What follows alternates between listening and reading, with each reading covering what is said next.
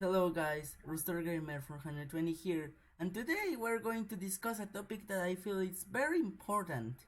Which game is better, the criminally underrated Bubsy 3D or the worldwide famous Super Mario 64? Today we'll be comparing each of the game's strengths and weaknesses in their different areas and see which one is really the best 3D transition from the 5th generation of consoles. Also, shoutouts to Darthi as he helped me making this video. If you want, check out his channel. He also makes Bubsy 3D content and he's a really good friend of mine. Without further ado, let's begin. Okay, so let's start with the most important thing in any video game. Graphics, gameplay. Bubsy 3D uses tank controls. This means you can accelerate and turn around you with the camera pointing behind you. This may seem like it's gonna be annoying, but really isn't. Bubsy 3D's controls are very tight, precise, and responsive, with the only exception of the slightly slow turning speed, which, by the way, isn't bad at all. Even more, Bubsy 3D lets you move in any direction while jumping, which makes jumps more precise, an extremely convenient way of moving sideways. Bubsy can also glide, which slows down his falling speed, allowing him to reach platforms further away and fly over air currents. Bubsy can also sidestep, crouch to dodge certain attacks, and grab and throw atoms with square. Bubsy 3D provides smooth, excellent gameplay with a small but polished moveset that makes traversing through the game's levels extremely fun and interesting. Speaking of the levels themselves, they are fantastic. There is a wide variety of levels ranging from surreal mountains to factories, oceans, cities, and levels in which you get to hop into rocket cars for a wild ride. Each level has its own unique layout, structure, and even music, which makes every stage even more memorable. The level design is absolutely fantastic, and practically none of these stages are boring nor tedious to traverse through. In each level, there are two hidden rockets needed to beat the game 100%, which can be get by exploring the level or completing puzzles. These rocket parts are strategically hidden in locations that the player would normally explore, and aside from Simon Says puzzles, each puzzle is fun and unique, making collecting these rockets everything but boring to get. Now, I've mentioned a lot of positives, but Bubsy 3D also has its own small share of negatives. Although the majority of the enemies are perfectly balanced, some of them, like Scringes, which are transparent slime thingy, Ripplers, starfishes, and dogfish and hummers, a hummingbird with psychic powers, can get a bit annoying due to their high speed and attacks. Also, the water levels in this game, while way better than the water levels in most games, are pretty samey and even get a bit boring. And now for Super Mario 64. Super Mario 64's levels are mostly large open areas with 6 missions to do and a secret 100 coin mission. And while the level design is overall good, these missions can be a mixed bag. Some of them are very fun, but a lot of them can feel like a chore. And don't get me started on talking to Toad and randomly getting a start.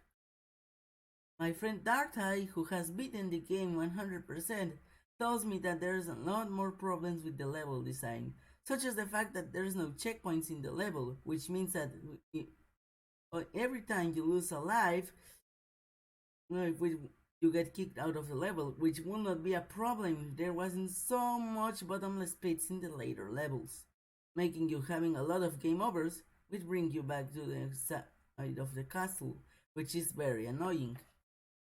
Then that means that every time you get booted out of the stage, you have to restart everything.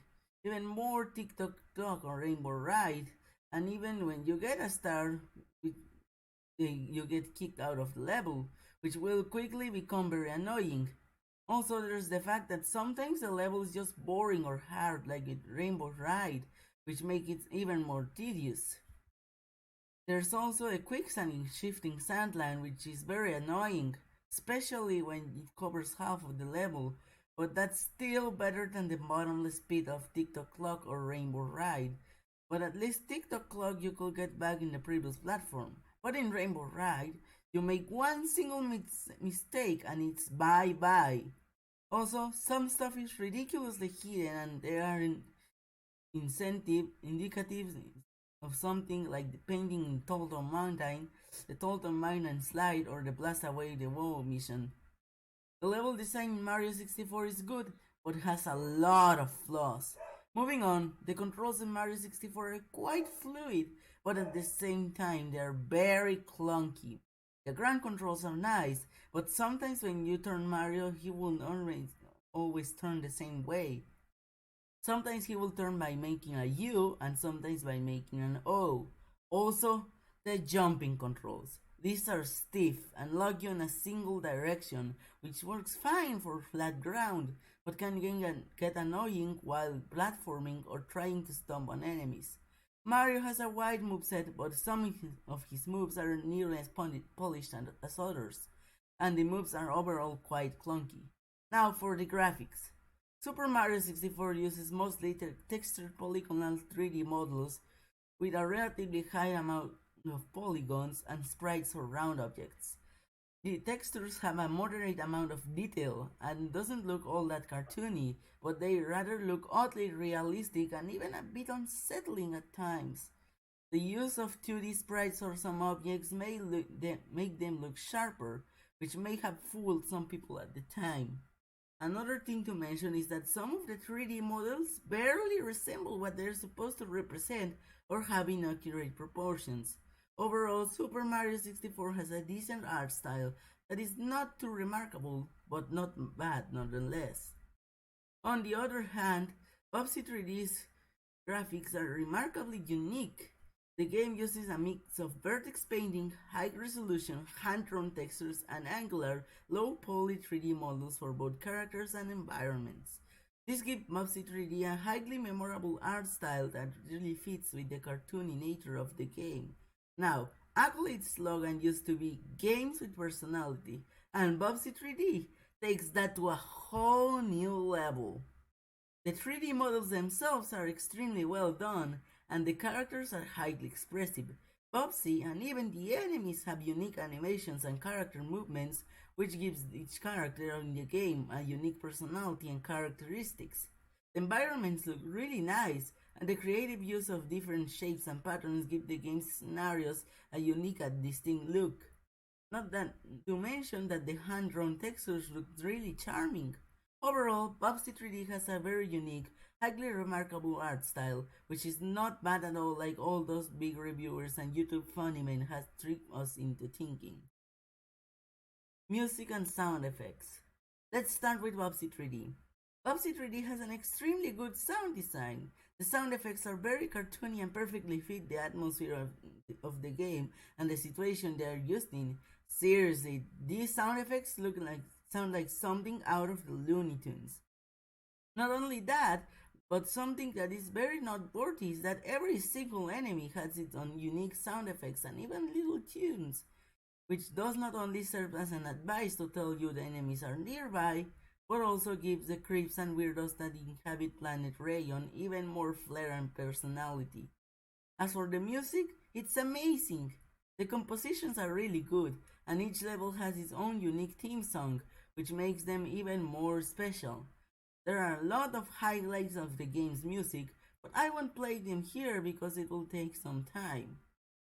As for Super Mario 64, while the compositions are just as good as in Bubsy 3D, the same six or so music tracks are repeated through the whole game.